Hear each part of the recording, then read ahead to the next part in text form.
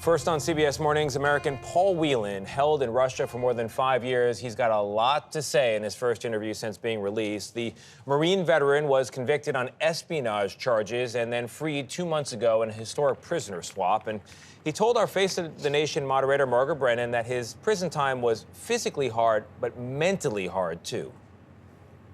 From day one, I was being told that there would be a trade, a political solution to the situation. But as it dragged on, it did play with my mind. There was a psychological piece to this that even though now, I seem like I'm doing okay, I've put back on some of the weight that I lost. I see a picture of me from the prison, or I see a picture of me from court that's on TV, and that takes me back to being in that court or being in the prison. You have PTSD. Yeah, it's a form of PTSD. And it's common, with people that have been in this situation. It'll go away probably over a few years, but it's hard to compartmentalize and block out that portion of what I went through. I bet it is. Margaret Brennan joins us once again. Margaret, good morning to you. What an incredible interview. It's amazing. We were just saying, I don't think we've ever heard his voice before that interview there with you. So it's been a couple months since he's been free and here in the U.S. How does he seem? Tony, Paul was clear it's very difficult. He is trying to adjust to what it means to be a free man now after nearly 5.5 years in captivity. It's tremendously difficult just to sleep through the night. He said that's because during his captivity, the lights were kept on 24 hours a day, and the Russian guards would shine a light in his face every 2 hours while he was sleeping. The outside world has changed in 5 years, from electric vehicles to iPhones. He's adjusting, and he wants to put his life back together and write a book about his time in prison, in part because he said he doesn't want others to fall into the same trap that he did when he was arrested by the FSB, Russian intelligence, back in 2018.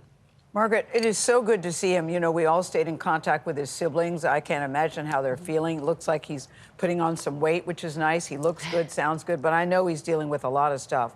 But this is the thing. There were other high-profile swaps we know that were going on while he was detained. There was Trevor Reed, then, of course, WNBA star Brittany Griner. Did he talk about that at all, what it was like for him not to be a part of those releases?